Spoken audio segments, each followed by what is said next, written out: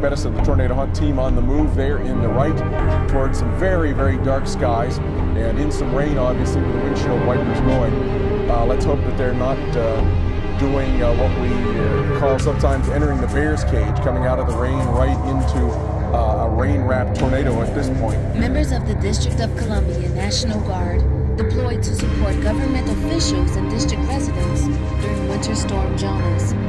Soldiers and airmen dispatched to various locations around D.C., providing support using military vehicles to transport supplies and essential personnel. The district guardsmen also helped emergency response vehicles and civilians trapped in the storm. And left a trail of debris in the city of Quishigaya. Video footage shows what appears to be a tornado. Firefighters and police say the powerful winds ripped through parts of the city and damaged more than 300 buildings. 50 to 100 meters across. It was one of the largest tornadoes ever in Japan. Scientists at Japan's meteorological agency have surveyed the damage. They've determined the tornado's strength. They say it measured 1 or higher on a scale between 0 and 5. The scientists say a level 1 tornado packs winds of about 120 to 175 kilometers per hour. The Vatican knows, and I have some local connections there that I know about the Vatican and what they're doing. The Fortune 100 companies, they're getting ready and being prepared. Creative forensics when it comes to secrets and how military intelligence knows about things before they happen. Because of what I do and what I do professionally, I interact with people involved with law enforcement, including the FBI. Would the federal government of the United States of America lie to you? Creative forensics. Of course they would, and they have for decades. Creative forensics. My first-hand awareness began in year 2000. 2 different men, friends of mine, they're both researchers. They approached me and they said, "John, there's this thing that's going to happen. We're not sure about the date, but it's going to happen. When it does, there's going to be abrupt climate change. There's going to be 200-mile-an-hour wind. I need to find out if this is true." And my confidential source, a friend of mine, he says, "John, it's exactly what you said it is. It's coming. It's going to hit us. It's going to hit us hard. And there's going to be 200-mile-an-hour winds. And there's going to be massive tidal waves and earthquakes and all the rest of all the things that you said."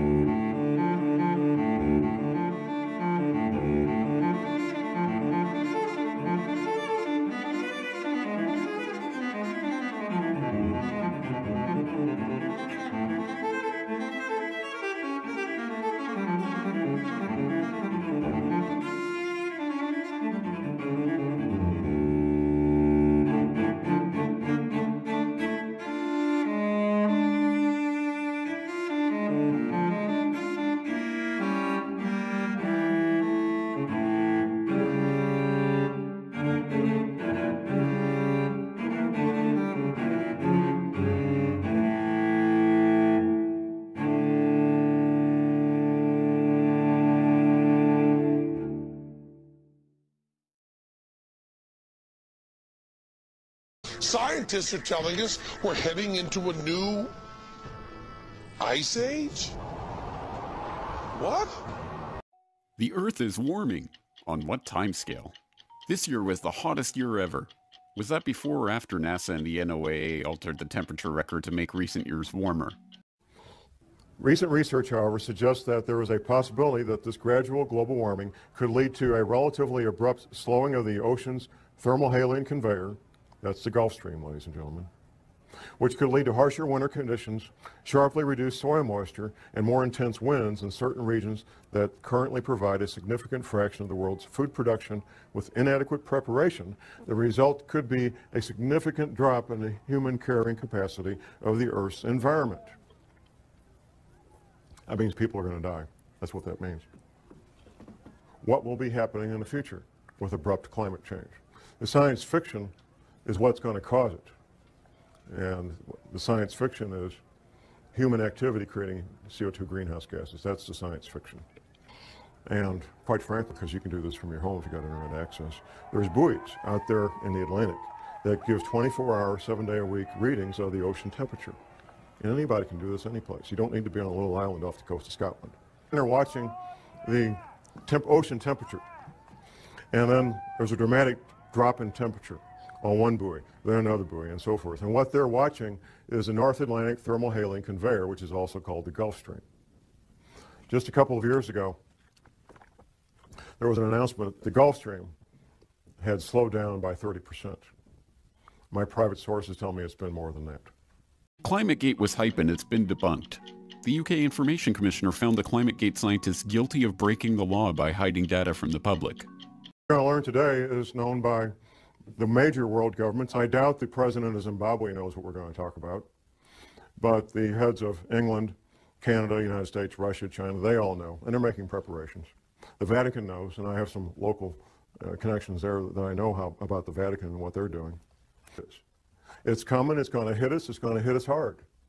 And it's going to be 200-mile-an-hour winds. And there's going to be massive tidal waves and earthquakes and all the rest of all the things that you said.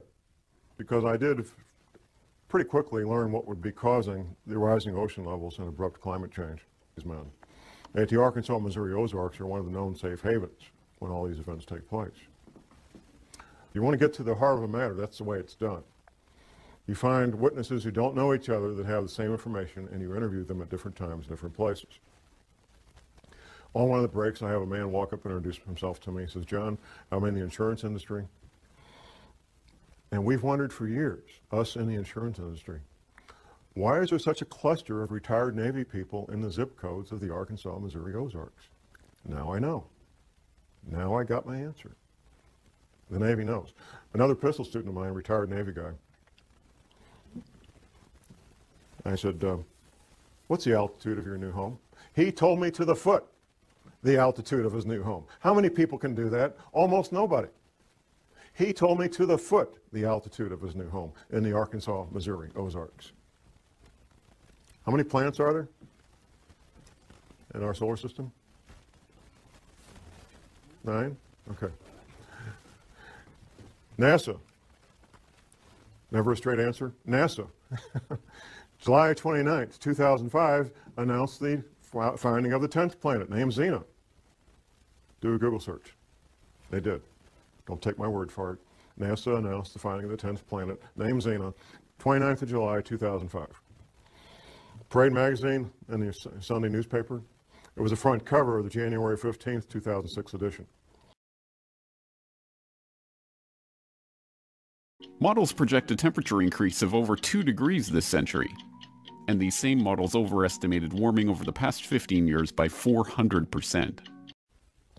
After the NASA press announcement in July of 2005, he calls me up and he says, "John, you're not crazy. There really is a 10th planet." NASA said so. I said, "Thank you very much." There has to be a cause. The cause is the 10th planet. Now, what NASA is calling the 10th planet is not the 10th planet we're concerned about. It's the 10th planet that's referred to in the Bible, also called Warmwood. The closer you are to the current equator, whatever that might be, the better off you are when these things happen, if there's a pole shift, because your climate's not going to change all that much. If you're in Miami, Florida, and we have a 20-degree pole shift, you're not going to end up with a really, really bad winter. You're going to have a mild winter. But if you're in Maine and you got a 20-degree pole shift, you could end up with the weather of Siberia real easy. And when this 10th planet comes through our solar system every 3,600 years, it just causes severe problems on our planet, interacting with the Earth electrically and with gravity both.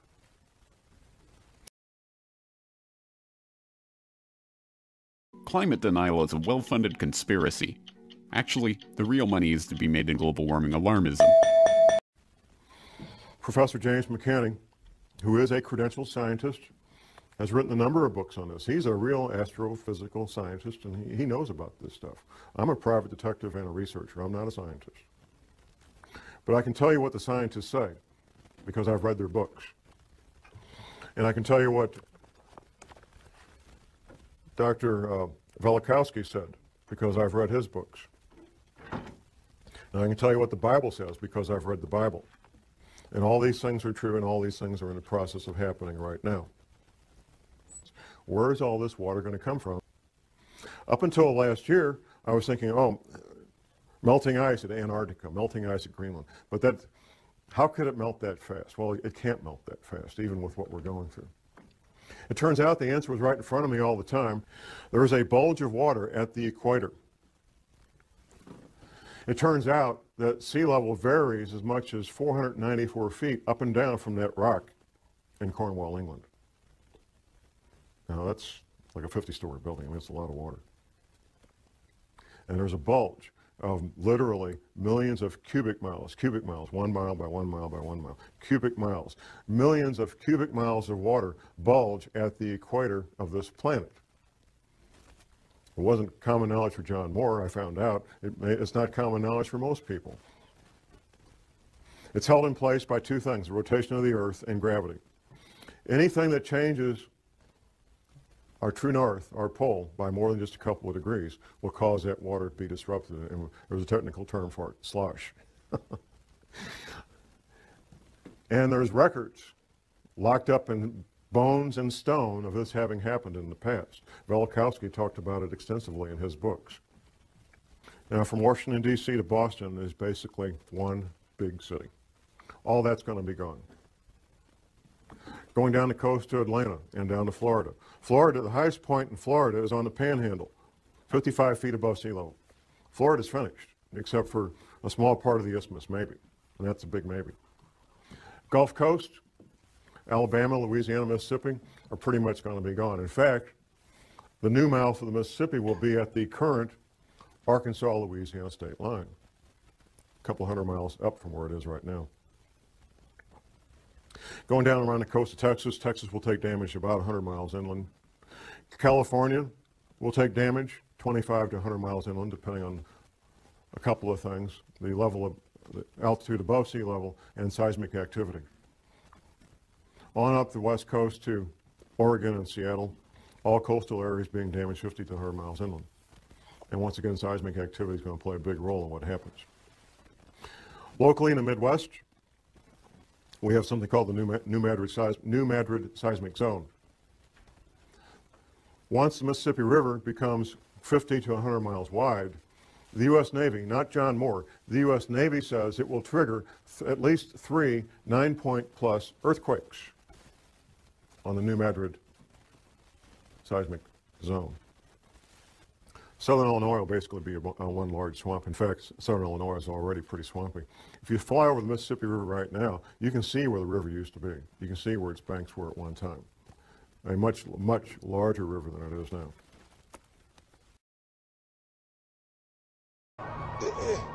It's from Time Magazine, Monday, June 24th, 1974. Yes, to quote the title of Penn and Teller's TV series, this video will look at bullshit, or to put it more politely, urban myths that have grown up around the subject of climate change. Now, the real timeline. These relocations, which you could call evacuations, are due to have everybody who's part of continuity of government planning. It's not all federal employees. If you work for Health and Human Services, you're toast. There's no place waiting for you in Denver. People in the intelligence agencies, people in certain parts of the military, not all the military. The scientists, the engineers, the doctors that they want to have in these shelters when everything breaks loose. That's who's being relocated, that's who's being sent to these shelters. These shelters are literally hundreds of millions of your tax dollars where people can live and work and have hot showers and pizzas and video movies for years without ever leaving the place and be quite comfortable. And then what we sometimes refer to as a New World Order, which will be basically corporations running everything, banks and corporations, they fully expect to come out on the other side of this intact. The agendas of the people that control the world, the international bankers and the Fortune 500 and so forth, is to have a planet with far less people on it than there is now, either inadvertently through these earth changes or by design, through World War III, a flu pandemic, or severe economic collapse leading to societal disruption, or all three happening at the same time. What we're living in right now is phase one. Phase one is where normal commerce takes place. We can have our careers, interact with our families and our social events that we normally do, and life appears to be normal. The powers that be are using phase one to finish their final preparations. Phase two will be when these earth changes events, abrupt climate change, bizarre weather, earthquakes, tidal waves, all become so numerous that they become daily news. In fact, when I meet people out in the street, almost everybody comments on how bizarre the weather has become. And that's pretty much a topic of daily discussion. The government, the powers that be, will claim that these bizarre weather-related events are related to global warming. And when they're happening, that we need to start cutting back on our creation of CO2 greenhouse gases. As these events become more severe, you're going to hear more and more men with lab coats from NASA talking about global warming being caused by human activity and that it will be better and everything's going to be okay. So you can go back to your baseball games and go back to work Monday morning. Things are going to be fine. That's phase two. I looked at the science of climate change and real research done by experts on both sides of the issue. Now it's the turn of the amateurs. Now I love Penn and Teller, and I appreciate that bullshit is supposed to be entertainment. But this claim also pops up in internet blogs and even mainstream media. This is Time magazine in 1975. Another ice age is coming. We're all going to die. And this is Senator James Inhofe, who not only cites Time, but also this 1975 story in Newsweek. George Will cites a 1975 article in the New York Times. And Michael Crichton makes the claim on page 315 of his book, State of Fear. In the 1970s, he writes, all the climate scientists believed an ice age was coming. But these are all popular newspapers, magazines, and novels, not scientific journals. It's from Time magazine. So what, Penn? Time magazine isn't peer-reviewed.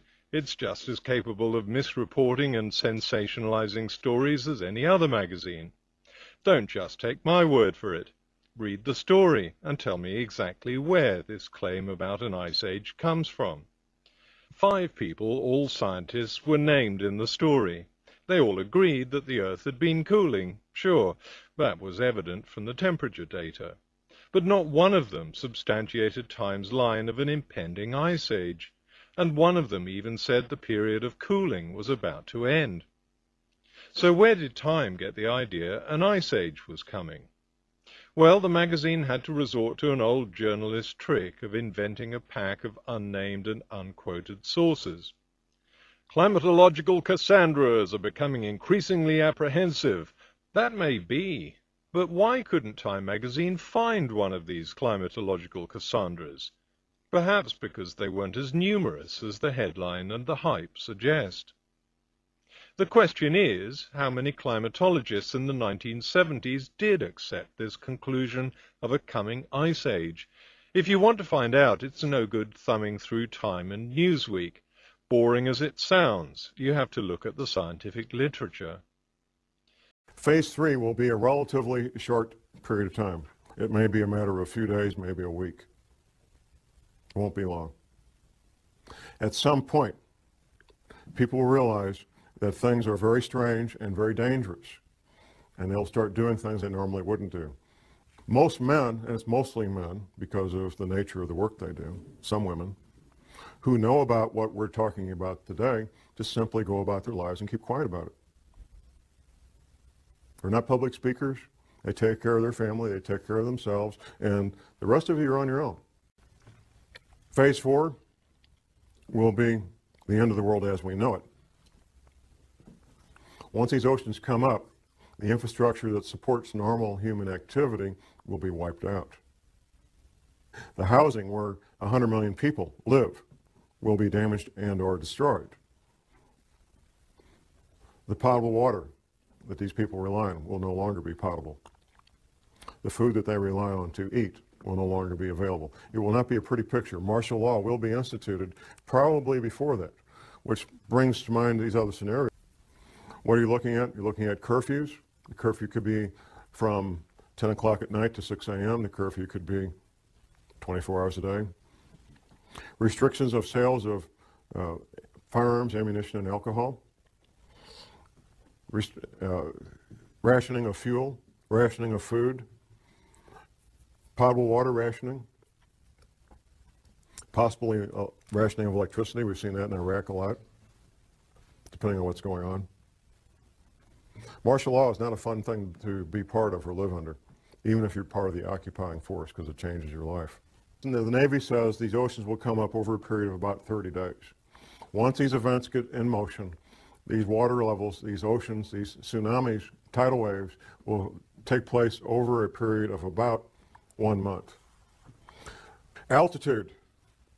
The Navy says that everything 100 feet sea level and below will be completely destroyed.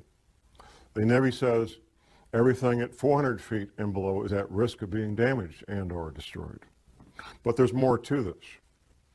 There's how close you are to densely populated areas. Now, the Appalachian Mountains, for example, in North Carolina and so forth, would be highly desirable places to be if it wasn't for being so close to literally tens of million people who are going to be hungry and without potable water and without electricity. That's what makes those areas undesirable, even though they will be safe in terms of geology and rising ocean levels. Dollars, if you call dollars money, you would be well advised to maybe be looking at something else for money to store up value for future use, possibly gold coins, possibly silver coins, to store up a lot of value in a compact area, compact space. Before, however, I would get gold coins or silver coins, I think I would look at other aspects of preparedness. That's why I want to focus on the final part of this presentation is preparedness. So let's look at the stepping stones, the building blocks of preparedness. First of all, and most important, is spiritual preparedness. That our American POWs who were incarcerated in POW camps in World War II, our American POWs who had strong spiritual beliefs, were far more likely to survive what went on in his POW camps than those who did not. Eating the same food, having the same medical attention, doing the same work, wearing the same clothes, living in the same buildings. Those who had a strong spiritual foundation were far more likely to survive those conditions. We know that for a fact. It's not my job to tell you what your spiritual beliefs should be. My job is to tell you need to have strong spiritual beliefs, whatever that might be for you. Next comes skills. The skills of a farmer, a gardener. You will be growing your own food. The skills of a paramedic. In a future where things no longer work like we're used to, you're going to be your own paramedic, or you're going to sit there and watch your loved one bleed to death from a chainsaw accident or whatever it might be. An EMT course is 1 semester at your local junior college, maybe $100, $200, and you'll know more about emergency medical matters than 99% of the people in this country. 1 semester at your local junior college. You don't need to worry about passing a test unless you intend to be a paramedic or an EMT. You don't need to worry about taking a test at all. You want to learn the skills, and you want to get a kit equal to your skill level. Now, the paramedic training is 3 more semesters of college on top of that first one, and then you'll have a skill level almost equal to a medical doctor when it comes to emergency medical treatment. The skills of a ham radio operator. I've been in places, I've been in combat, and I know what it's like not to know what's going on. Being able to instantly and effectively communicate with your friends and loved ones, and we found this out during Hurricane Katrina, two-way radio communication that you control could mean the difference between life and death. In Hurricane Katrina, it was a matter of life and death for many people. The ability to communicate with their loved ones, let them know they were okay, ask for help, or be able to give help. The skills of a backpacker, being able to carry everything you need on your back, your shelter, your clothing, your hygiene needs. Being able to clean yourself out in the field, prepare food out in the field, and do so in a manner that doesn't make you sick. Being able to take water out of a stream and filter it so you can drink it without getting sick. All the things that a backpacker knows, the skills of a soldier. In a severe crisis like Hurricane Katrina, for example, you're your own cop, you're your own soldier, or nobody's protected. That's what it comes down to. You become your own soldier, you become your own police officer, and you protect your loved ones because of these skills that you learn. Animal husbandry. In a severe long-term crisis, having goats and sheep and chickens and ducks and rabbits can mean the difference between a fairly good and healthy diet and one that's terribly lacking in protein. It's extremely difficult to get the protein you need from an all-vegetable diet. Extremely difficult. The skills of a carpenter, of an electrician, of a plumber. Things that we may call up a professional to do now, you will be on your own to make these repairs. The skills of an automobile mechanic. All these skills take years to learn, and you can't learn them out of a book, at least not and be very effective. There's some things you can learn out of a book, but without practical application, you're just guessing at how this stuff works. The first thing you notice is an admission from a lot of scientific bodies that there was great uncertainty about the climate in the 1970s. Okay, but was there any kind of consensus? Well, if all or most climate scientists were predicting another ice age back in the 1970s, there should be lots of scientific papers from that time supporting that conclusion. After all, there are hundreds of scientific papers today supporting anthropogenic climate change. A review published in the Bulletin of the American Meteorological Society looked at the scientific literature rather than the popular press. 3 climatologists searched scientific journals between 1965 and 1979, and yes, they found 7 papers predicting not an ice age, but global cooling. The only problem is, they also found 44 articles predicting global warming. Even though the world was cooling in the 1970s and had been for 3 decades, even so, 6 times as many climatologists predicted that the danger was global warming, not global cooling. For the purposes of propagating an urban myth, the claim about a consensus on an imminent ice age simply does the rounds unchecked, even when it's dressed up as science. I mentioned Wisconsin will be gone. The Great Lakes will become one vast inland sea joining up with Hudson Bay up in Canada. That's what the Navy says. Gone. Wisconsin's gone. It's finished. There's not going to be any more Wisconsin. Florida's gone. Louisiana, Alabama, Mississippi, finished, gone. Some science in there, some science fiction. The science is about what will happen in the future, abrupt climate change and rising ocean levels. The science fiction is what's causing it. It's not man-made greenhouse gases, like he says. That's a distraction. And that tactic was decided on many, many years ago, sometime in the late 70s, early 80s, that they would use that as the pretext to keep people thinking things are going to be okay. The science leaves out something, and the science fiction adds something.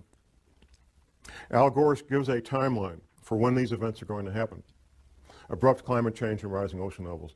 The timeline that Al Gore gives in his movie is the same timeline that the federal government gives out through the NASA Goddard Space Flight Institute. Say that fast 10 times. The NASA Goddard Space Flight Institute, which the Queen, Her Majesty, visited last spring when she was in this country, by the way, because she's got taking a sudden interest in science.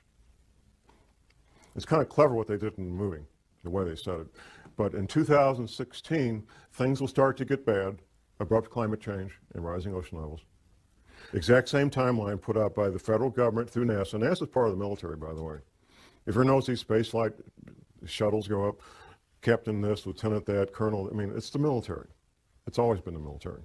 That's the official timeline put up by the federal government.